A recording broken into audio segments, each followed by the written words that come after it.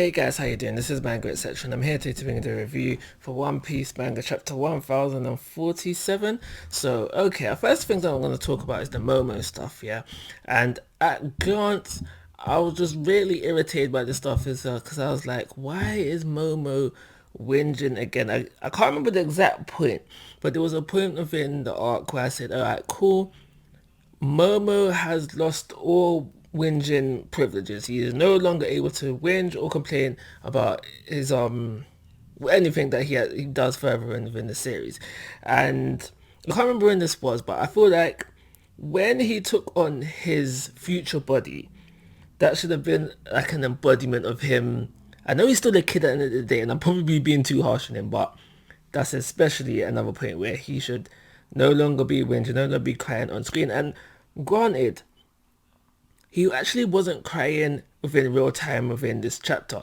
The most of the whinging and the crying and the baby-like, childlike behavior is actually in a flashback before he actually came to the present day of One Piece. So I should be more forgiving, but I feel like because I'm in this mindset of I don't want to see Momo whinging no more, that this scene and the stuff later on within the episode should have been handled differently. And now Momo was crying in present day. He had a tear in his eye, and I don't feel like that tear should be there, rhyming unintentionally. But yeah, I feel like for this scene, it should have really been like we should have seen Momo just trying to keep Onigashima afloat, moving it away, whatever, and then we see him failing, and then I don't know, just no tears, and maybe him just saying he failed his mother and then flashback to it, maybe,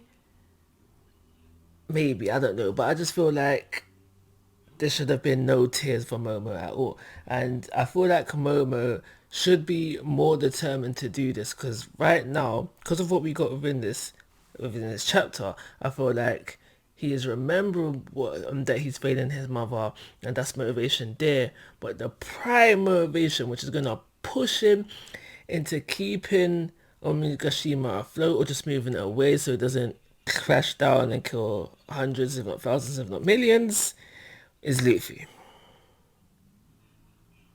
And that is a problem to me.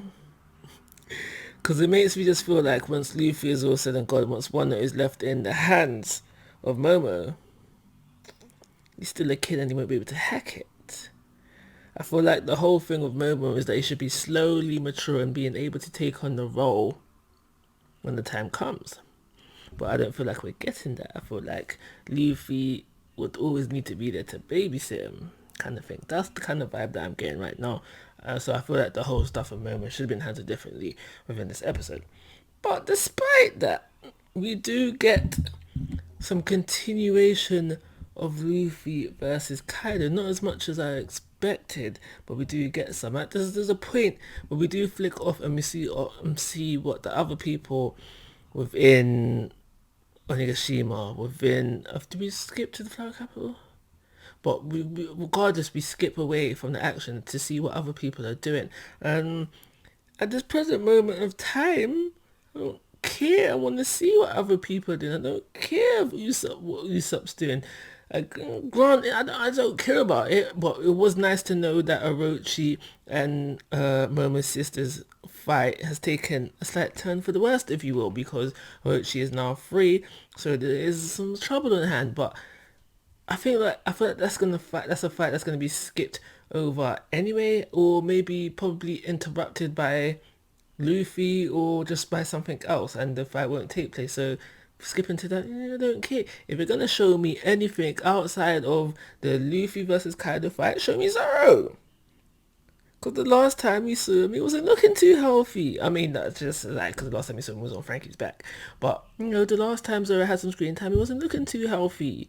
What's going on with him? Is he dead? Let me know. So yeah, so skipping over to that, just really felt like the pacing of the chapter was slowing down. It was good to start with the moment stuff to get it out of the way, and therefore the pacing could have picked up and like the chapter could have recovered, started on the low, ended on the high. But this chapter is really just up and down with the pacing really, and that's because of how it started and the skip in the middle. My personal opinion, but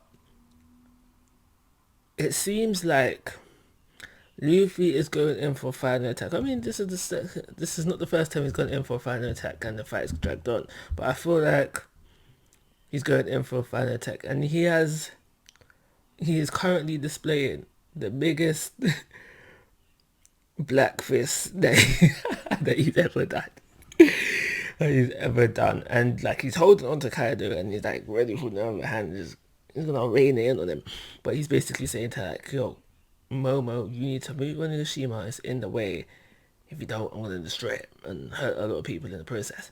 So I feel like this is final attack moments, and I don't know if I'm ready for this fight to be over. I feel like it should carry on a bit more.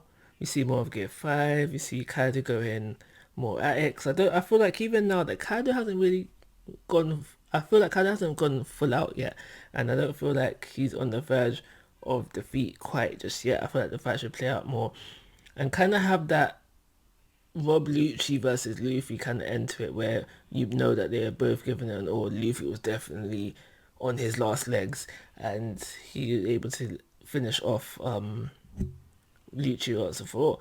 But with this fight, I feel like Kaido still has very much more in the tank, and to just finish it off with this final attack, if it is going to be the final attack, won't be as satisfying ending, as much as a satisfying ending as I was hoping for before this fight even before it started. And yeah, there was this thing about how Go Roger, no devil fruit confirmed. I think we already knew that in our heart of hearts, but no devil fruit confirmed. But it's basically what I got from what Kaido was saying at this moment is that as long as you have Haki, you can be anyone within the One Piece world anyway. So that's the kind of vibe that I was getting from there, and I just thought I'd throw that in there.